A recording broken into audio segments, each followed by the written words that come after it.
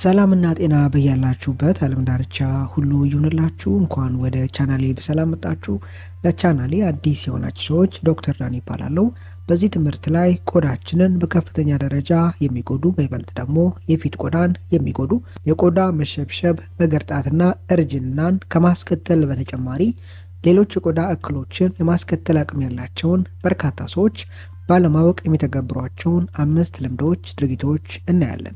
ከነዚህ ልምዶችና ድርጊቶች ጋር ተያይዞ የሚከሰቱ አንዳንድ እክሎች ምናልባትም ለመቀልበስ የሚያስቸግሩና ቆዳን በዘላቂነት የሚጎዱ ሊሆኑ ይችላሉ። እነዚህን ተግባራት ማወቅና መለየት፣ በመቀጠል መጠንቀቅ ለቆዳችሁ ጠቃሚና አስፈላጊ ነው። ከብዙ አክብሮትና ትህትና ጋር ትምህርቱን ላይክ ማድረጋችሁን አትዘንጉ። የእናንተ ላይክ የዩቲዩብ አልጎሪዝሙን በመደገፍ ብዙ ሰዎች ጋር እንዲደርስ እንዲጠቀሙበት ያደርጋል። ቪዲዮውን ለሌሎች ሰዎችን በማጋራት እንዲጠቀሙበት አብረን ተጋግዘን እናድርግ። ለቻናሌ አዲስ የሆናችሁ ሰዎች ዶክተር ዳን ይባላለሁ። ቻናሌን ሰብስክራይብ በማድረግ ከጎን ያለውን የደወል ምልክት አንዴ በመጫን በመለቃቸው ትምህርቶች የራሱንና የቤተሰቡን ጤና ይጠብቁ። የመጀመሪያው ተግባር ወይም ልምድ በሳምንት ውስጥ ከ2 ጊዜ በላይ ሜካፕ መጠቀም ነው። በእርግጥ የምትጠቀሙት ሜካፕ የፊታችሁ ቆዳ ላይ የሚያስከትለው እክልና ጉዳት እንደየ ሜካፑ ሊለያይ ይችላል። እያንዳንዱ ሜካፕ ያላቸው ኳሊቲ ማለት በውስጣቸው ቆዳችን ላይ ጉዳት ሊያደርሱ የሚችሉ ኬሚካሎችን የያዙበት መጠን ኮንሰንትሬሽን ከፍተኛ ልዩነት አለው። አንድ ሜካፕ በጥራት የተሰራ ነው ስንል ለቆዳችን በሚጠቅም ወይም ለቆዳችን እንደ ምግብነት የሚያገለግሉ ጠቃሚ ነገሮችን ይዟል ማለት አይደለም። ከሌሎች ሜካፖች ቆዳችን ላይ ጉዳት ሊያስከትሉ የሚችሉ ኬሚካሎችን የያዘበት ኮንሰንትሬሽንና መጠን በከፍተኛ ደረጃ የቀነሰ የወረደ ነው ማለት ነው። በተመሳሳይ መልኩ እነዚህ ሜካፖች ውድና ዋጋቸው ከፍ ያለ ነው። አብዛኛዎቻችን የምንጠቀማቸው ሜካፖች በዚህ ደረጃ ስታንዳርዳቸውን የጠበቁ ወይም ከፍተኛ ኳሊቲ ጥራት ያላቸው አይደሉም። ይህም ማለት ከታች የምጠቅሳቸውን ለቆዳችን ጎጂ የሆኑ ኬሚካሎች የመያዝ እድላቸው የሰፋ ሊሆን ይችላል። ከነዚህ ቆዳችን ላይ ጉዳት ሊያደርሱ ከሚችሉ ኬሚካሎች መካከል ዋነኞቹ ፓራቤንና ፋታሌት ተብለው የሚጠሩ ኬሚካሎች ናቸው። በእርግጥ እነዚህ ኬሚካሎች ቆዳ ላይ የሚያስከትሉት ጉዳትና እክል ከሰው ሰው ሊለያይ ይችላል። አንዳንድ ሰዎች በተፈጥሮ ከነዚህ ኬሚካሎች ጋር ተያይዞ ለሚከሰቱ አለርጂኮችና ተመሳሳይ ሪያክሽኖች፣ ጤናማ ላልሆኑ ሪያክሽኖች ሴንሲቲቭ ተጋላጭ የሆኑ ሰዎች አሉ። በጥቅሉ ስንመለከታቸው ግን እነዚህ ኬሚካሎች እንደ አጠቃቀማችን ቆዳችን ላይ ከቀላል እስከ ከባድ የቆዳ እክልን ሊያስከትሉ ይችላሉ። አንድ ሰው በሳምንት ውስጥ ከ2 ጊዜ በላይ ሜካፕ ሲጠቀም፣ በተመሳሳይ መልኩ ደግሞ ከላይ ጠቀስኳቸውን ኬሚካሎች ሜካፑ በከፍተኛ ኮንሰንትሬሽን የያዘ ሲሆን በዚህ ወቅት የፊታችሁ ቆዳ ላይ የሚከተሉትን እክሎች ያስከትላል።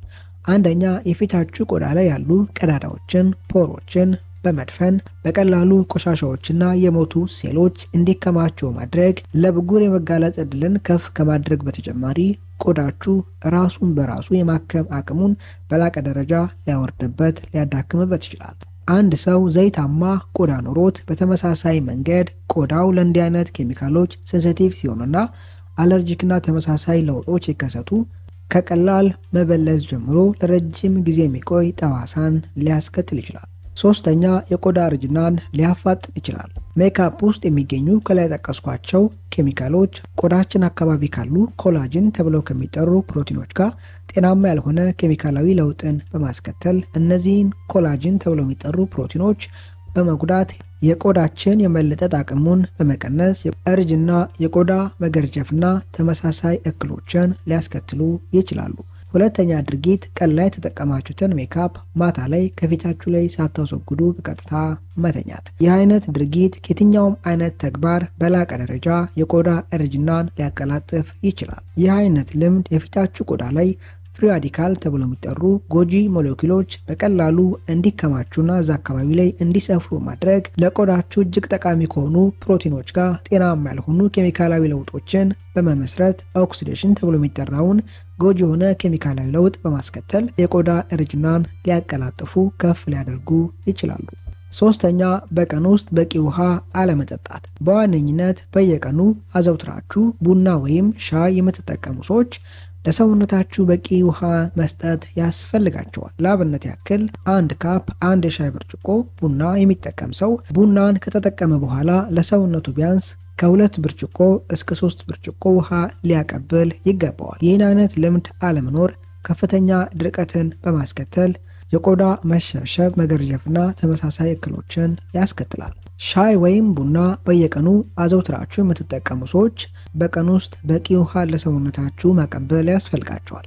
4ኛ ጤናማ ያልሆነ የጣፋጭ አጠቃቀም፣ በይበልጥ ደግሞ በውስጣቸው አርቲፊሻል ማጣፈጫ የያዙ ወተትና የወተት ተዋጽኦችን መጠቀም በቀጥታ ቆዳን ሊጎዳ ይችላል። በውስጣቸው አርቲፊሻል ማጣፈጫ በማንጎ ጣዕም፣ በእንጆሪ ጣዕምና በተመሳሳይ ጣዕም ተብለው የሚዘጋጁ እርጎችና ወተቶች በቀላሉ ቆዳችሁ ላይ ግላይኬሽን ተብሎ የሚጠራውን ኬሚካላዊ ለውጥ ሊያስከትሉ ይችላሉ። ይህ ኬሚካላዊ ለውጥ በሰውነታችን ውስጥ በስኳር ሞለኪውልና በፋት መካከል የሚካሄድ ጤናማ ያልሆነ ኬሚካላዊ ለውጥ ነው።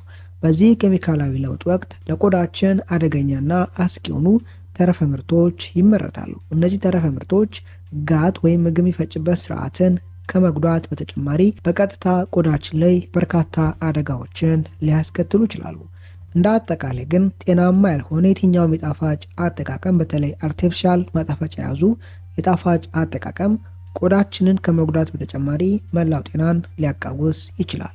5ኛው ከፍተኛ ፀሐይ ያለበት ቦታ እየኖራችሁ ፀሐይ መከላከያ ክሬሞች ሰንስክሪን አለመጠቀም። በጠራራ ፀሐይ ወቅት ከፀሐይ የሚወጡ ዩቪ ላይቶች ዩቪ ብርሃኖች ቆዳችን ላይ ያሉ ፕሮቲኖች ላይ ቀጥተኛና ዳይሬክት የሆነ ጉዳትን ሊያስከትሉ ይችላሉ። የሚያስከትሉት ጉዳት በአጠቃላይ በሁለት መንገድ የተከፈለ ነው።